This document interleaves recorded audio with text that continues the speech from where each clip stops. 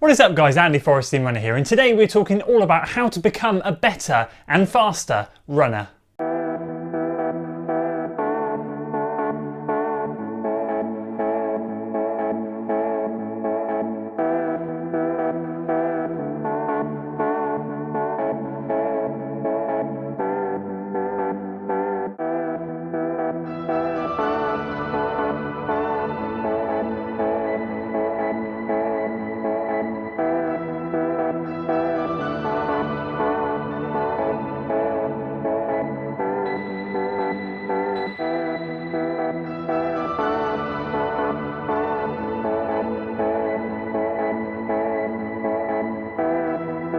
So welcome back to another video, and today we're going to be diving in and talking about how I have managed to get myself to become a better and faster runner, and hopefully how you guys can do the same too. Now this is, being honest, a topic I struggle to talk about, but a lot of you guys keep asking on Strava and Instagram and other social media how I'm getting to run certain times, what am I doing in my training, any hints and tips. So I thought what I would do today is encapsulate it in one big video and talk about what I've done over the years in my running career, shall we say, that's got me from A to B in the fastest way possible. So obviously I used to run a marathon 3:54, now 2:44, half marathon 1:59, 1:15 and a 10k. I don't think I have an old 10k time, but I'm now a 34:50 something 10k runner. So today we'll dive in and talk everything that I've done, what's got me to this point now, and hopefully what will continue getting me stronger and faster. If you're excited for today's video guys, make sure you give it a like, share it with your friends, subscribe to the channel for weekly running content, and we will start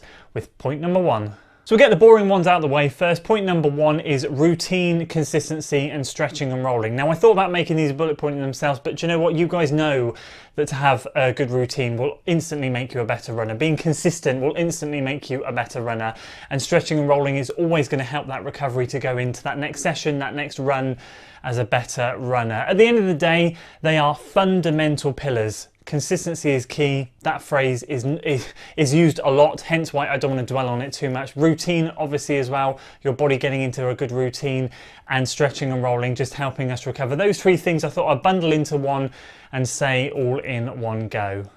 And point number two is going to be working on your form. And this can be done in a couple of ways, whether that's strength work, drills and strides. For me, those are the two things that I've been trying to amalgamate together, merge together to become a better and stronger runner. Now, obviously, you see the videos of me running. I'm not perfect, but some basic things that we can all work on is things like keeping our chin tucked. It's very common at the end of a race to see people gasping for air as their neck comes out and they're just kind of like their chest is collapsing in on them, and that tends to happen typically if we have a weak upper back, maybe a weak core, and if I'm talking we here, me and others out there that sit and work at desks, we sit hunched over a desk. It's a natural position for us rather than getting out there, opening up our chest. It's a very easy habit to slip into. So working on that with drills and strides to push our hips forward to naturally then bring our chest out and our chin tucked always helps. Drills and strides is something I've been doing for a couple of years now. And it just really helps with, for me personally, my turnover as well as getting my hips forward. But of course, I'm not perfect. You often see videos of me towards the end of reps or even just easy runs and stuff. I tend to sit back in the saddle a little bit too much. Again, that's just when my hips are collapsing in on myself from sitting at a desk job. These are all things that we can work on. If you look back at videos of me 2 or 3 years ago, you'll see just how bad my form was and how far it's come now, but how much more progress there still is to make. And these little tweaks that we do along the way are going to go a big way forward in terms of racing. And point number three, these next couple of points are going to be more about specific types of runs that I feel I do that have really helped me to push forward as a runner. So point number three is going to be to really vary up your long run. Now, obviously we all hear about aerobic development, building that aerobic base. The long run is kind of the bread and butter of that. And I am a bit of a long run warrior. I love the long run. It is my favorite run of the week. The longer I can run, the better. And last summer was a classic example of this. I didn't have any plans really. So just spent loads of time on my feet on the long run. And there were no plans, obviously, due to COVID, races cancelled. So just thought last summer, I'm just going to really build and work on my long run structure. So I ended up running 18, 20, 22 miles. I was just going through the gears on some runs. Some runs I take it easy. Some runs I click through and run steady. Some I would progress through. Some I just do workouts in the middle. Some I would do surges at the end. I would just mix it up. And the thing that's really key with the long run is it not only builds that strength and endurance inside you, but it also builds mental resilience. When you get to the end of a 20-mile run, and know you can throw in some surges or know you can lay down a fast last mile, it's such a massive confidence boost for you in a race, because then when you go back to run, let's say, a half marathon, you're like, 13 miles? I can do 13 miles, and it's just completely different ball game to what it used to be before you really worked on your long run. So for me personally, the long run is just the absolute key.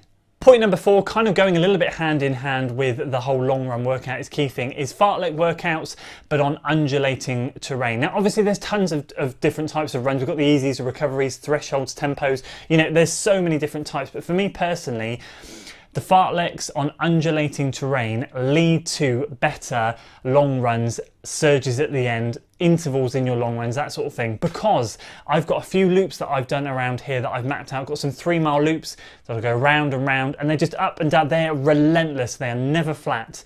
And if I go out there and do 3 minutes on, 2 minutes off, or 3 minutes on, 90 seconds off, and I'm working hard and I'm going based on feel, which I love to do, it is an absolute killer. You get into the second half of that workout, your mind wants to go places that you do not want to go. You start to switch off, but then you think to yourself, when you get to rep 7 or 8 and you're nearly there, you think, come on, I can do this. And then when you've done that, you think, actually, I can do that at the end of a long run. If I take my long run easy or steady, I can then learn to surge, because fartleks kind of teach you to surge and work hard and kind of push on when you really don't want to do that. And so translating from a smaller fartlek workout in to the long run, those two just kind of click together and just, oh, they're just a fantastic piece of the puzzle.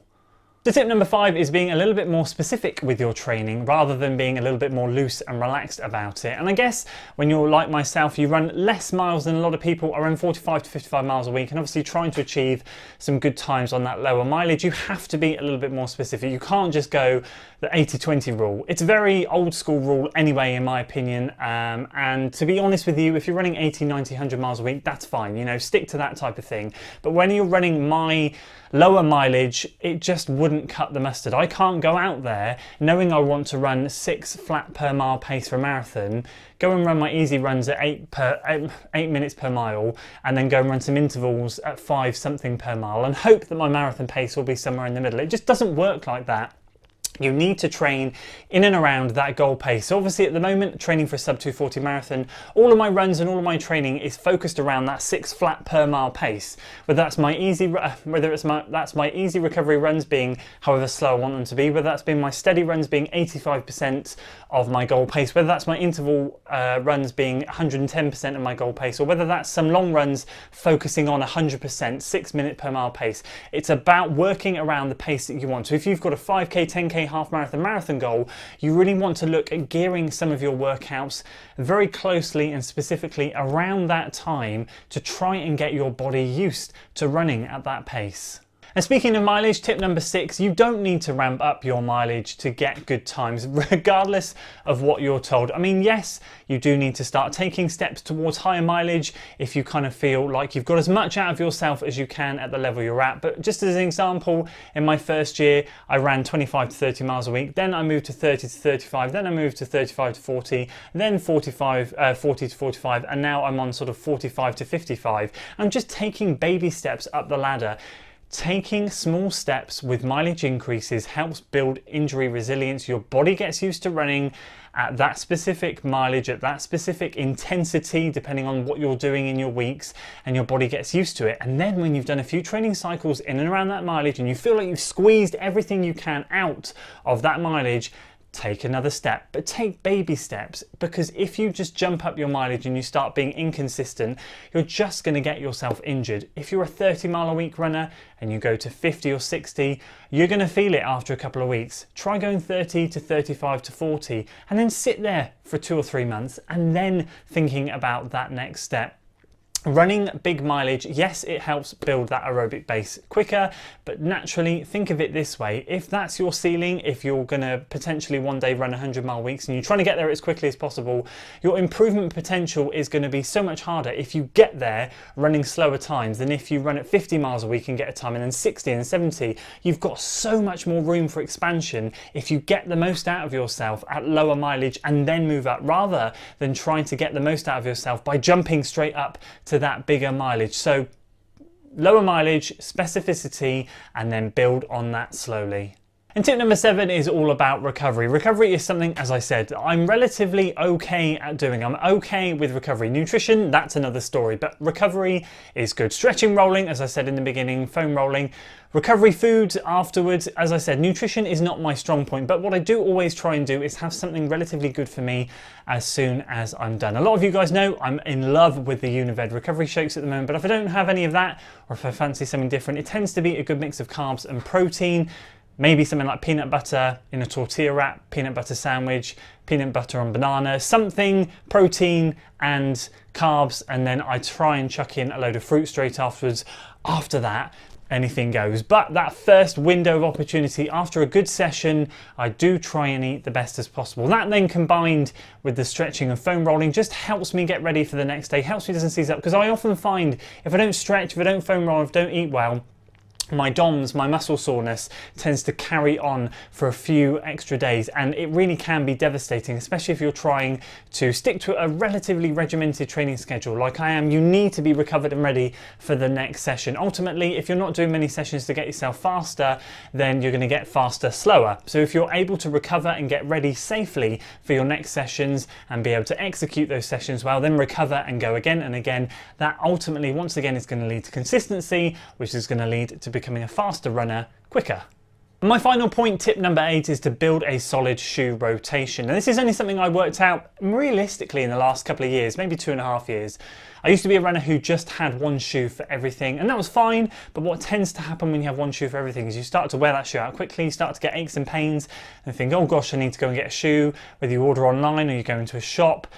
It takes time, you keep running in that older shoe, you start getting shin pains, ankle pains, knee pains, hip pains, and that's all just because the foam is compressed and the shoe is no longer any good for you. You need to retire it straight away. And what tends to happen with a shoe rotation is you can go out there, use a shoe, and then your foam in that shoe has time to decompress a little bit more. You're going to squeeze a bit more life out of that shoe in the long term because you're not day in, day out going out and hammering that shoe and allowing the foam to decompress as much as it could do if you gave it 2 or 3 days in between each run. And what I tend to find also is it's a great mental thing to know that you have a nice big stack cushion shoe that you can go out there and run your easy runs in, but then you've got something a little bit more nimbler, lighter, that you can go out and run the speed sessions in, which naturally might trash your legs a little bit more, but you know that that's fine because if you do the recovery steps and you eat well afterwards and you rest and you do everything you can, you know the next day when you go out for your easy run, recovery run, you've got something really nice and cushioned that's just going to treat the legs nicely. So having shoes for multi-purposes is just fantastic. It's a great way to make them last longer. It's a great way for your body to recover, and it's a great way for your body to get used to running in different drops, different foams, and all of that good stuff.